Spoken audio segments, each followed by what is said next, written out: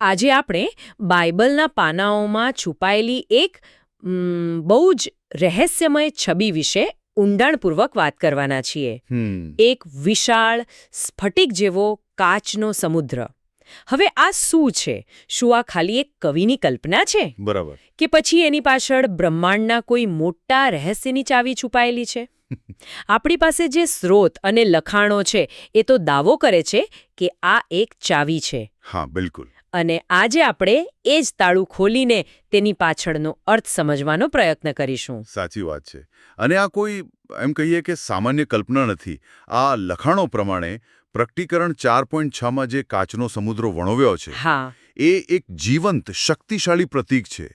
એ બ્રહ્માંડના નકશા પર એમ સમજો કે એક નિર્ણાયક વિભાજન રેખા છે. વિભાજન રેખા હા. એટલે કે બે ભાગ પાડતી રેખા. હા, તે માત્ર ભૌતિક અને દૈવી જગતને જ નહીં, પણ પવિત્ર અને સામાન્ય, વ્યવસ્થા અને અંધાધુંધી, આ બધા વચ્ચેની સીમા નક્કી કરે છે. ઓહ, અને એની જડો તો છેક બાઇબલના પહેલા પુસ્તક એટલે કે ઉત્પત્તિ 1.7 સુધી જાય છે. ઉત્પત્તિ સુધી. હા, હા, જ્યાં ઈશ્વરે આકાશની ઉપરના પાણી અને આકાશની નીચેના પાણીને અલગ કર્યા હતા.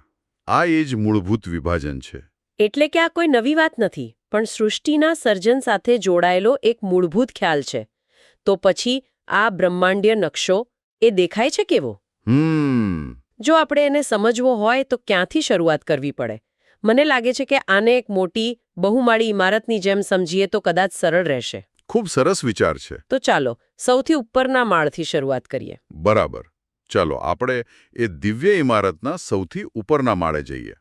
આ સ્તરને દૂતલોક અથવા તો સ્વર્ગ કહેવાય છે. દૂતલોક. હા, અને પ્રતિકાત્મક રીતે તે મંદિરના પરમ પવિત્ર સ્થાન જેવું છે. પરમ પવિત્ર સ્થાન એટલે કે એ જગ્યા જ્યાં મુખ્ય યાજક પણ વર્ષમાં માત્ર એક જ વાર, અને એ પણ ખૂબ જ ડર અને તૈયારી સાથે પ્રવેશી શકતો. બરાબર. એ જગ્યા એટલી પવિત્ર ગણાતી કે કોઈ અયોગ્ય વ્યક્તિ ત્યાં જાય તો તેનું મૃત્યુ નિશ્ચિત હતું. એટલે કે આ ઈશ્વરની હાજરીનું કેન્દ્રબિંદુ છે. એકદમ બરાબર. જ્યાં કોઈ અશુદ્ધિને સ્થાન જ નથી. હવે એ ઉપરના માળેથી આપણે એક માળ નીચે ઉતરીએ. ઠીક છે. અહીં આપણને સૌથી ઊંચા વાદળોનું સ્તર જોવા મળે છે.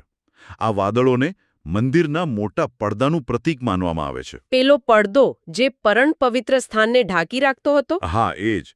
જે રીતે પેલો પડદો દૈવી હાજરીને બાકીના મંદિરથી અલગ કરતો હતો, એ જ રીતે આ વાદળો દિવ્ય જગતને સામાન્ય દૃષ્ટિથી છુપાવી રાખે છે. એટલે કે દિવ્યતા સુધી પહોંચતા પહેલા એક રહસ્યમય આવરણને પાર કરવું પડે.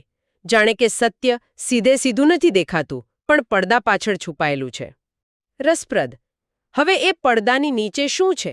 હવે આપણે આવીએ છીએ મધ્યમાં, ઇમારતનો કેન્દ્રીય ભાગ અને આપણી ચર્ચાનું હાર્થ. એટલે કે એ જ કાચનો સમુદ્ર. આ જ એ આકાશની ઉપરના પાણી છે, જે વિભાજન રેખા તરીકે કામ કરે છે.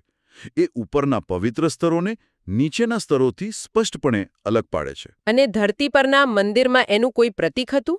હા, હતું. ધરતી પરના મંદિરમાં તેનું ભૌતિક પ્રતીક હતું કાંસાનો જળકુંડ, જેને અંગ્રેજીમાં લેવર કહે છે. આ સમુદ્ર એ અંતિમ સીમા છે. બરાબર. તો આપણે આ સીમા પર થોડીવાર અટકીએ. આપણે હજી નીચે જઈશું, પણ આ બિંદુ ખૂબ મહત્વનું લાગે છે. હવે આ સીમાની પેલી પાર નીચેની દુનિયામાં શું છે? કાચના સમુદ્રની બરાબર નીચે છે પાતાળલોક. પાતાળલોક. જેને હેડ્સ પણ કહેવાય છે. આ અંધકાર અને પરીક્ષણની જગ્યા છે. અને અહીં પ્રતિકાવાદ થોડો વધુ જટિલ બને છે. કેવી રીતે? આ સ્તરને મંદિરના બાહ્ય આંગણા અને યજ્ઞવેદી સાથે સરખાવવામાં આવ્યું છે. એક મિનિટ, આ થોડું ગૂંચવણભર્યું છે. પાતાળલોક જેવી નકારાત્મક જગ્યાને મંદિરના આંગણા અને યજ્ઞવેદી સાથે કેમ સરખાવી? યજ્ઞવેદી તો પવિત્ર ગણાતી હતી, જ્યાં બલિદાન અપાતા હતા. તમારો પ્રશ્ન ખૂબ જ સારો છે, અને તે જ આ પ્રતિકાવાદની ઊંડાઈ દર્શાવે છે. જુઓ, મંદિરનું આંગણું એ જગ્યા હતી જ્યાં સામાન્ય લોકો આવી શકતા. હા, પણ ત્યાં સતત બલિદાન અને શુદ્ધિકરણની પ્રક્રિયા ચાલતી રહેતી. લોહી વહેતું, પશુઓનો વધ થતો. એ એક સંઘર્ષ, ન્યાય અને શુદ્ધિકરણનું સ્થળ હતું. ઓહ, હવે સમજાયું. એ જ રીતે હેડ્સ એ માત્ર સજાની જગ્યા નથી, પણ એક એવી અવસ્થા છે જ્યાં આત્માઓ પરીક્ષણ અને ન્યાયની પ્રક્રિયામાંથી પસાર થાય છે. બંને સ્થળોએ અગ્નિ અને પરીક્ષણ કેન્દ્રમાં છે. એટલે કે તે પવિત્રતાનું નહીં પણ પવિત્રતા તરફ લઈ જતી કઠોર પ્રક્રિયાનું પ્રતીક છે. એક પ્રકારની આધ્યાત્મિક અગ્નિ પરીક્ષા. તો હવે સૌથી નીચે આખી રચનાના પાયામાં શું છે? છેલ્લે સૌથી નીચે છે પૃથ્વી. પણ અહીં પણ એક વિભાજન છે. અહીં પણ? હા, એક તરફ છે સારી જમીન, જે એદનવાડી અથવા ચર્ચનું પ્રતીક છે. આ જીવન, ફળદ્રુપતા અને દૈવી વ્યવસ્થાની જગ્યા છે. અને બીજી તરફ? અને તેની સામે છે એ જમીન જેમાંથી પશુ પ્રગટ થાય છે, જે અરાજકતા, પાપ અને બળવાનનું પ્રતીક છે. બરાબર. અને આ ધરતીની સાથે જ છે આકાશની નીચેનું પાણી, એટલે કે આપણા સમુદ્રો અને મહાસાગરો, જે બાઇબલમાં ઘણીવાર દુનિયાના લોકો, રાષ્ટ્રો અને અશાંતિનું પ્રતીક માનવામાં આવે છે. વાહ! તો આપણી પાસે સ્વર્ગના સિંહાસનથી લઈને પાતાળની અગ્નિ અને ધરતીની અરાજકતા સુધીનો એક સંપૂર્ણ નકશો છે.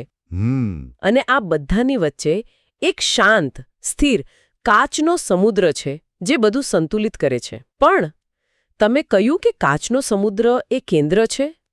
પૃથ્વી પરના લોકો માટે તેનું શું મહત્વ હતું? શું તેનું કોઈ ભૌતિક પ્રતીક હતું જેને તેઓ જોઈ અને સ્પર્શી શકતા હતા? બિલકુલ હતું. અને એ જ આખી વાતનો સૌથી રોમાંચક ભાગ છે. ઓહ! જેમ મેં પહેલા કહ્યું, પૃથ્વી પર તેનું પ્રતીક હતું મંદિરનો કાંસાનો જળકુંડ. પણ મહત્વની વાત એ નથી કે તે શું હતો, પણ તે શેમાંથી બન્યો હતો. એમાં શું ખાસ હતું? નિર્ગમન 38.8માં એક નાની પણ અદ્ભુત વિગત નોંધવામાં આવી છે. એ જળકુંડ, જે શુદ્ધિકરણ માટે વપરાતો હતો, તે મંડપના દ્વાર પર સેવા કરતી સ્ત્રીઓના કાંસાના અરીસાઓમાંથી બનાવવામાં આવ્યો હતો. એક મિનિટ, શું કહ્યું? અરીસાઓમાંથી? હા, અરીસાઓમાંથી. એટલે કે જે વસ્તુ પોતાની જાતને જોવા માટે, પોતાનું પ્રતિબિંબ જોવા માટે વપરાય છે, એમાંથી જે વાસણ બન્યું જે શુદ્ધિકરણ માટે જરૂરી હતું. બરાબર. એ જ. આ તો સીધું પ્રતીક છે કે તમે ત્યાં સુધી આગળ ન વધી શકો, દૈવી હાજરીની નજીક ન જઈ શકો, જ્યાં સુધી તમે પોતાની અંદર ન જુઓ, પોતાની જાતનો સામનો ન કરો. તમે એકદમ સાચું પકડ્યું છે. આ કોઈ આકસ્મિક વિગત નથી. તે આખા બ્રહ્માંડીય નકશાની નૈતિક ચાવી છે. અરીસો આત્મપ્રતિબિંબ, આત્મપરીક્ષણ અને સત્યનો સામનો કરવાનું પ્રતીક છે. અને એ જળકુંડનો ઉપયોગ શું હતો? નિર્ગમન 30.18 મુજબ યાજકોએ પવિત્ર સ્થાનમાં પ્રવેશતા પહેલા તેમાં પોતાના હાથ પગ ધોવા ફરજિયાત હતા. અને જો ન ધોવાય તો? જો તેઓ શુદ્ધ થયા વિના અંદર જાય તો તેમનું મૃત્યુ નિશ્ચિત હતું. ઓહોહોહો! હવે મને આખું ચિત્ર સ્પષ્ટ દેખાઈ રહ્યું છે. એ કાચનો સમુદ્ર માત્ર એક ભૌગોલિક સીમા નથી, પણ એક આધ્યાત્મિક ચેકપોઇન્ટ છે. બરાબર. એક એવી જગ્યા જ્યાં તમારે તમારી જાતને અરીસામાં જોવી પડે છે. જે અશુદ્ધ છે, જેણે પોતાની ખામીઓનો સ્વીકાર નથી કર્યો, તે તેને પાર કરી જ ના શકે. બિલકુલ. એટલે દૈવી જગતમાં પ્રવેશવાની શરત કોઈ બાહ્ય કર્મકાંડ નથી, પણ આંતરિક સત્યતા છે. અરીસો તમને જૂઠું બોલવા દેતો નથી. કેટલી અદ્ભુત વાત છે. બિલકુલ. અને આ વિચારને પ્રકટીકરણનું પુસ્તક એક ડગલું આગળ લઈ જાય છે. કઈ રીતે? પ્રકટીકરણ 15.2માં આ સમુદ્રને અગ્નિથી ભળેલા કાચના સમુદ્ર તરીકે વર્ણવવામાં આવ્યો છે. અગ્નિથી ભળેલા. એનો શું અર્થ થાય? એનો અર્થ એ થયો કે તે હંમેશા શાંત અને સ્થિર નથી. તેની નીચે જે પાતાળલોક એટલે કે હેડ્સ છે, તેની ન્યાયની અગ્નિ ક્યારેક તેમાં ભળે છે. તે એક પરીક્ષણનું સ્થળ બની જાય છે. એટલે એ સમુદ્ર શાંત દેખાય છે, પણ તેની નીચે ન્યાયની અગ્નિ છે. એક એવી સપાટી છે જેની નીચે પરીક્ષા ચાલી રહી છે. તો પછી એ લોકોનું શું થાય છે જેઓ આ પરીક્ષામાં સફળ થાય છે, જેઓ એ અગ્નિમાંથી પાર ઉતરે છે? અહીં જ શહીદો અને વિજયી આત્માઓની વાત આવે છે. પ્રકટીકરણ 15.2માં જ આગળ લખ્યું છે કે જેઓ પશુ, તેની મૂર્તિ અને તેના નામની સંખ્યા પર વિજય મેળવે છે. હા. તેઓ આ કાચના સમુદ્રની ઉપર તેની સપાટી પર ઊભેલા જોવા મળે છે. ઉપર, પાણીની ઉપર. હા, તેઓ પાણીમાં ડૂબતા નથી, અગ્નિથી બળતા નથી. તેઓએ પરીક્ષા પાસ કરી લીધી છે. તેઓએ આત્મપ્રતિબિંબ દ્વારા પોતાની જાતને શુદ્ધ કરી છે અને હવે તેઓ એ સીમાની ઉપર દૈવી ક્ષેત્રમાં ઊભા છે. તો જેઓ વિજયી થાય છે તેઓ આ સીમાને પાર કરીને ઉપર જાય છે. પણ પછી શું? શું પાછળ રહેલા જગત પર, જેઓ નીચે રહી ગયા છે, તેમના પર તેની કોઈ અસર થાય છે? હા, તેની બહુ મોટી અને તાત્કાલિક અસર થાય છે. ખરેખર? હા, લખાણ મુજબ જે ક્ષણે પ્રથમ પુનરુત્થાનના આ વિજયી શહીદોને કાચના સમુદ્રની ઉપર લઈ જવામાં આવે છે, તે જ ક્ષણે નીચે રહેલા જગત પર ઈશ્વરના ક્રોધની 7 વિપત્તિઓ રેડવાનું શરૂ થાય છે. ઓહ, એ કાચનો સમુદ્ર હવે એક રક્ષણાત્મક કવચ બની જાય છે. તે બચાવ પામેલાઓને નીચે થઈ રહેલા ન્યાયથી સંપૂર્ણપણે અલગ અને સુરક્ષિત રાખે છે. એટલે કે જેઓ શુદ્ધ થઈને ઉપર પહોંચી ગયા છે તેઓ સુરક્ષિત છે, જ્યારે નીચેની દુનિયા ન્યાયનો સામનો કરે છે. આ કાચનો સમુદ્ર માત્ર વિભાજન જ નથી કરતો, પણ રક્ષણ પણ આપે છે. બરાબર. પણ મને એક પ્રશ્ન થાય છે, આટલી જટિલ રચના બનાવવાનો હેતુ શું હતો? તે સમયના લોકો માટે આ બ્રહ્માંડીય નકશાનું શું મહત્વ હતું? આ ખૂબ જ મહત્વપૂર્ણ પ્રશ્ન છે. આપણે એ સમજવું પડશે કે પ્રાચીન જગત ખૂબ જ અસ્તવ્યસ્ત અને ભયાવહ હતું. આ પ્રકારનું બ્રહ્માંડીય મોડલ લોકોને એક વ્યવસ્થિત અને અર્થપૂર્ણ દુનિયા પૂરી પાડતું હતું. તે કહેતું હતું કે બ્રહ્માંડ આંધળું કે અરાજક નથી. પણ તેમાં એક વ્યવસ્થા છે. હા, તેમાં એક નૈતિક માળખું છે. ઉપર પવિત્રતા છે, નીચે અંધકાર છે અને વચ્ચે શુદ્ધિકરણનો એક સ્પષ્ટ માર્ગ છે. તે લોકોને આશા આપતું હતું કે જીવનના સંઘર્ષો અને પરીક્ષાઓ અર્થહીન નથી.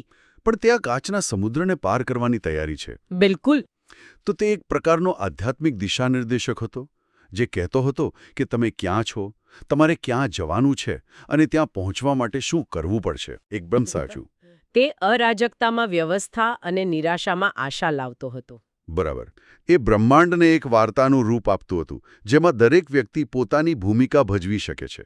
કાં તો તમે અંધકારમાં રહી શકો છો, અથવા તમે આત્મપ્રતિબિંબ એટલે કે અરીસો અને શુદ્ધિકરણ એટલે કે જળકુંડ. હા, એના દ્વારા ઉપરની તરફની યાત્રા કરી શકો છો. પસંદગી તમારી છે. તો આજે આપણે એક અનોખા બ્રહ્માંડીય મોડેલનું વિશ્લેષણ કર્યું. આપણે એક રહસ્યમય કાવ્યાત્મક છબી કાચનો સમુદ્રથી શરૂઆત કરી અને જોયું કે તે કેવી રીતે શુદ્ધિકરણ, વિભાજન અને ન્યાય માટેની એક ગહન આધ્યાત્મિક સીમા છે. સાચી વાત. અને તેની સૌથી સુંદર વાત એ છે કે તે અરીસાઓમાંથી બનેલા જળકુંડ સાથે જોડાયેલો છે, જે દૈવી હાજરીમાં પ્રવેશતા પહેલા આત્મપ્રતિબિંબ અને પ્રામાણિકતાની જરૂરિયાત પર ભાર મૂકે છે. અને આ આખી ચર્ચા એક અંતિમ વિચારપ્રેરક પ્રશ્ન ઊભો કરે છે. કયો પ્રશ્ન? લખાણ કહે છે કે પવિત્ર સ્થાનમાં પ્રવેશતા પહેલા અરીસા દ્વારા આત્મપરીક્ષણ જરૂરી છે. તો શું આપણા પોતાના જીવનમાં આવતી આધ્યાત્મિક સીમાઓ કે અવરોધો પણ આવા જ હોય છે? શું તે ખરેખર બાહ્ય અવરોધો છે જે દુનિયા આપણી સામે ઊભા કરે છે, કે પછી તે આંતરિક પ્રતિબિંબ અને શુદ્ધિકરણની ક્ષણો છે, જે આપણી અંદર રહેલા અરીસાનો સામનો કરવાની હિંમત માંગે છે? હા, અને જેને પાર કર્યા પછી જ આપણે અસ્તિત્વની ઉચ્ચ અવસ્થામાં પહોંચી શકીએ છીએ.